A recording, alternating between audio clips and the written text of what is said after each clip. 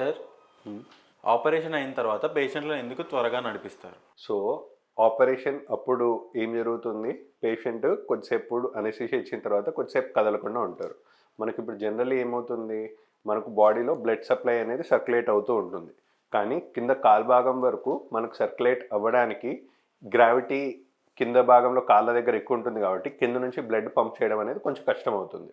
అందుకే మనకు కాళ్ళలో పిక్కల భాగంలో మనకు కండరాలు ఏవైతే ఉంటాయో ఆ కండరాలు ఇప్పుడు బాగా కంట్రాక్ట్ అవుతూ ఉంటాయి, ఎస్పెషల్లీ మనం నడుస్తున్నప్పుడు. ఇప్పుడు ఏమవుతుంది, ఆపరేషన్ తర్వాత మనం సరిగ్గా నడవకపోతే మనకు ఎప్పుడైనా సరే ఒక కాలువని తీసుకుంటే కాలువలో వాటర్ ఫ్లో బాగా ఉందనుకోండి, బాగా కాలువ నీట్ అండ్ క్లీన్గా ఉంటుంది. అదే కాలువలో వాటర్ ఫ్లో బాగా స్లోగా ఉంటే పాచి పట్టడానికి ఛాన్సెస్ ఎక్కువ ఉంటాయి.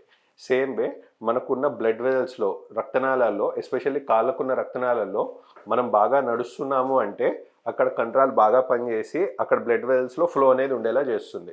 ఎప్పుడైతే మనం ఆపరేషన్ తర్వాత కానీ జనరల్లీ కూడా బెడ్ రిడెన్ వాళ్ళు ఎక్కువసేపు బెడ్కే అంకితం అయిపోయినప్పుడు అక్కడ కాళ్ళల్లో రక్త సరఫరా జరగక సర్క్యులేషన్ అనేది ఆగిపోయి ఎట్లయితే మనకు స్టాగ్నెంట్ వాటర్ అంటే స్లో ఫ్లో ఉంటే మనకు అక్కడ పాచి పట్టే ఛాన్సెస్ ఉంటాయో, సేమే మన బ్లడ్ వెల్స్లో కూడా అక్కడ బ్లడ్ ఫ్లో అనేది కొంచెం స్లో ఉండడం వల్లనో ఆగిపోవడం వల్లనో మనకు అక్కడ క్లాట్స్ కట్టే ఛాన్సెస్ ఉంటాయి.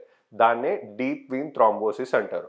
ఇప్పుడు దీంతో వచ్చే రిస్క్ ఏంటి, మనకు కాళ్ళల్లో ఉన్న క్లాట్ కాస్త మనకు సమ్టైమ్స్ ఏమవుతుంది, డిస్లాడ్జ్ అయిపోయి మనకు లంగ్స్లో కానీ హార్ట్లో కానీ బ్లాక్ అయ్యే ఛాన్సెస్ ఉంటాయి.